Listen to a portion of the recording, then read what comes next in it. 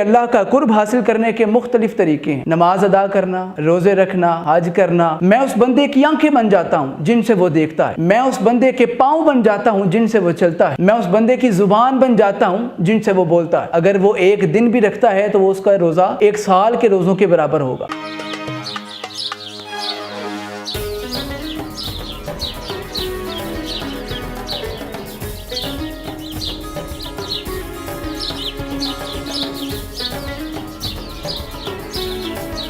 بسم اللہ الرحمن الرحیم۔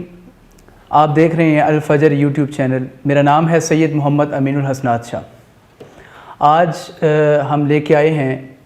ایام ذی الحج کے فضیلت اور فضائل اور اس میں کی جانے والی عبادات کی فضیلت۔ محترم حاضرین، ناظرین و سامعین،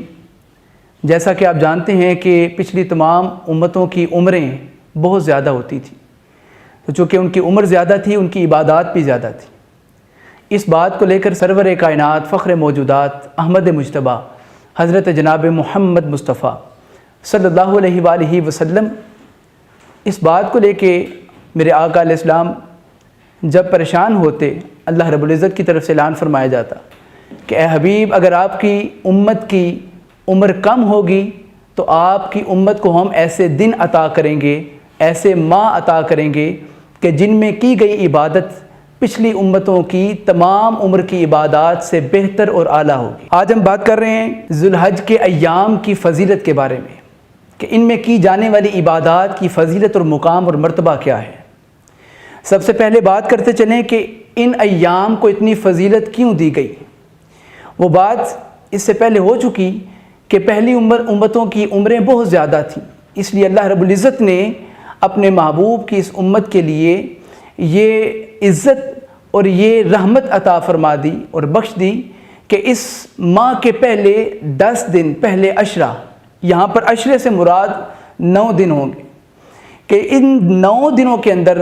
اگر کوئی روزہ رکھے گا تو اس کا ایک روزہ پورے سال کی عبادت اور پورے سال کے روزوں کے برابر ہوگا۔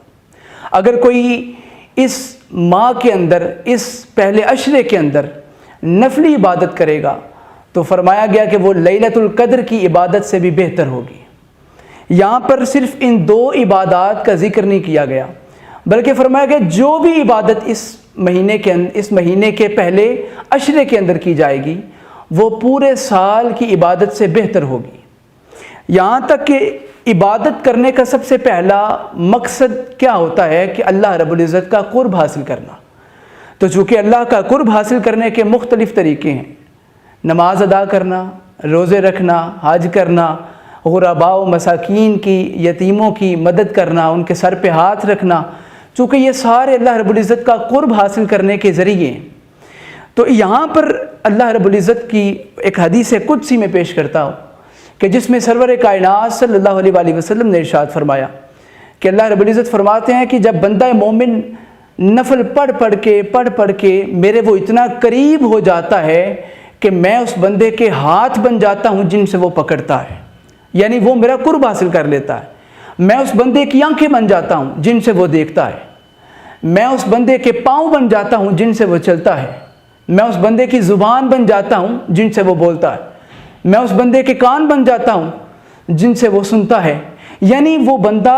اگر عام سال کے اندر نفلی عبادت کرے تو وہ اللہ رب العزت کا اتنا قرب حاصل کر لیتا ہے کہ اللہ رب العزت فرماتے ہیں میں اس کے ہاتھ بن جاتا ہوں، میں اس کے پاؤں بن جاتا ہوں، میں اس کی آنکھیں بن جاتا ہوں، میں اس کے کان بن جاتا ہوں۔ تو یہاں سے یہی ثابت کیا جا سکتا ہے اگر عام سال کے پورے عام دنوں کے اندر، عام مہینوں کے اندر اگر عبادت نفلی کی جائے، اللہ تعالیٰ کا اتنا قرب عطا فرما دیا جاتا ہے۔ تو اگر بندہ ذی الحج کے ان پہلے عشرے کے اندر 9 دنوں کے اندر عبادت کرے کہ جس کی ایک رات کی عبادت لیلۃ القدر کی عبادت کے برابر اور اس سے بھی اعلیٰ ہے، تو اگر عام راتوں میں اللہ کا اتنا قرب ملتا ہے تو ان 9 دنوں کے اندر کی جانے والی عبادت بندے کو اللہ کا کتنا قرب عطا فرماتی ہوگی۔ دوسرا، سرور کائنات صلی اللہ علیہ وسلم نے ارشاد فرمایا کہ اس مہینے کے اندر جس طرح عام مہینے کے اندر بندہ صدقات کرتا ہے، زکوٰۃ دیتا ہے، فطرات دیتا ہے اور اللہ رب العزت کی بارگاہ میں نفلی عبادت کرتا ہے، وہ بندے کو اللہ کے قریب کرتی ہے، اسی طرح اگر اس مہینے کے اندر زکوٰۃ دی جاتی ہے، اس مہینے کے اندر صدقہ دیا جاتا ہے تو وہ عام مہینوں کے اندر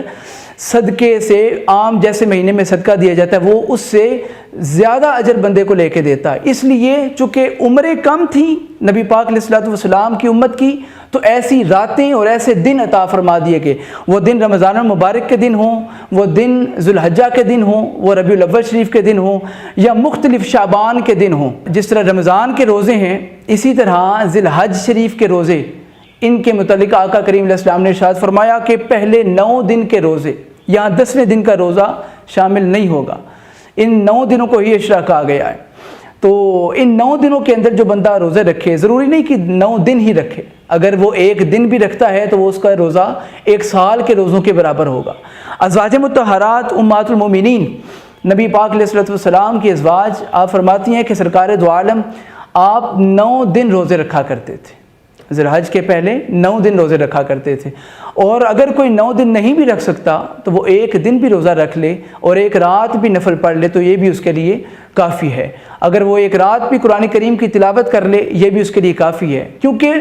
ہمارا مقصد کیا ہے؟ اللہ رب العزت کا یہاں پر مقصد یہ تھا کہ بندہ 1 دن رکھے پڑھے یا روزہ رکھے یا 9 دن رکھے، وہ میرا قرب حاصل کر لے۔ چونکہ اپنا قرب دینا مقصد تھا، اس لیے اللہ رب العزت نے بندے کو، اپنے محبوب کے امتیوں کو